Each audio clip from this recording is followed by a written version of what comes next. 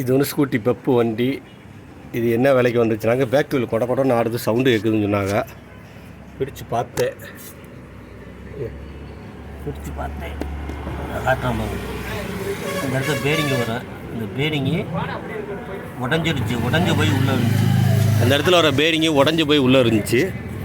பாருங்க, எல்லாம் கழட்டி வச்சுருப்பாங்க. பேக்கு வீலு, அப்பு, இந்த அப்பும் போச்சு. இதுவும் இப்போ மாற்றத்தான் வேணும். அப்பு, ஷூ, இந்த பேரிங்கில் உடஞ்சது தான் இந்த சிலிவு எல்லாமே உடஞ்சிருந்துச்சு. இது உடையிற அளவுக்கு வண்டி வச்சு ஓட்டக்கூடாது. ஒன்று உடஞ்சி வண்டி ஓடிச்சுனாக்க இந்த அப்பு எல்லாத்தையும் உடச்சிடும். அப்பு உடச்சிடும், இதுவும் பெண்ட் ஆகிடும். எல்லாமே உங்களுக்கு இது நல்லா இருந்தாலும் இது போயிடும் அப்பு. அப்போ உங்களுக்கு தான் தேவையில்ல. இப்போ சின்ன பேரிங்க காட்டுறேன் பாருங்கள்.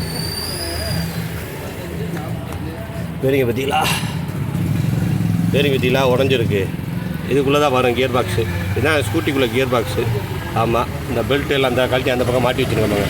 பெல்ட்டு எல்லாமே இதில் ஜாயிண்ட் ஆகும். நம்ம கியர் பாக்ஸில் பெல்ட்டுகள் ஜாயிண்ட் ஆகி இந்த இடத்துல சாஃப்ட்டுன்னு வரும். இது சுற்றி தான் வீலை வீலை இந்த இடத்துல ஒரு சாஃப்ட் வரும். இதில் வந்து பெல்ட்டு இந்த வீல் கிளச்சு ஷூ மாட்டியிருப்போம். ஷூ மாட்டி இந்த இதில் வீல் வரும். இது இந்த இடத்துல வீலை சுற்றி விடும். சுற்றி விட்டு தான் உங்களுக்கு வீல் சுற்றும். என்ன செய்ய, இந்த மாதிரி வச்சு மாட்டாதீங்க. இந்த கிரவுண்ட் பல்லு எல்லாம் எல்லாமே கியர் பாக்ஸ் பல்லு, எல்லா பல்லுமே தான் இருக்குது. கியர் பாக்ஸ் பல்லு இருக்குது. இந்த பேரிங் புது பேரிங் வாங்கிட்டேன் பாருங்கள். புது பேரிங் வாங்கிட்டேன்.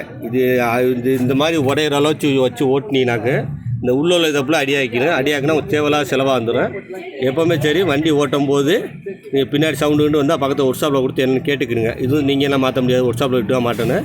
இது 6 நாள் நேரத்தை வேலையை இழுக்கு. அதனால் வந்து கொஞ்சம் வேலை பார்க்க விடணும்னா கொஞ்சம் காலத்தில் விட்டு வேலையை பார்த்து வாங்கி மாட்டிக்கிறீங்க. பேரிங் இந்தளவு வச்சு ஓட்டு ஐயா மறுபடியும் சொல்கிறேன். வச்சுன்னா உங்களுக்கு மேற்கொண்டு தேவையில்லாத செலவாகிடும். ஆமாம், கண்டிப்பாக பின்னாடி பேக் வீல் ஷேக்கு. இது எப்படி நீங்கள் கண்டுபிடிக்கிறதுனா, பிரேக்கு ஏறி பிடிக்கும். அந்த மாதிரி இருந்தால் தான் நீங்கள் கண்டுபிடிக்கலாம் இதை. அதனால தான் கண்டிப்பாக பேக் வீல் கம்ப்ளைண்ட் வந்துச்சுன்னா செக் பண்ணிக்கணும்.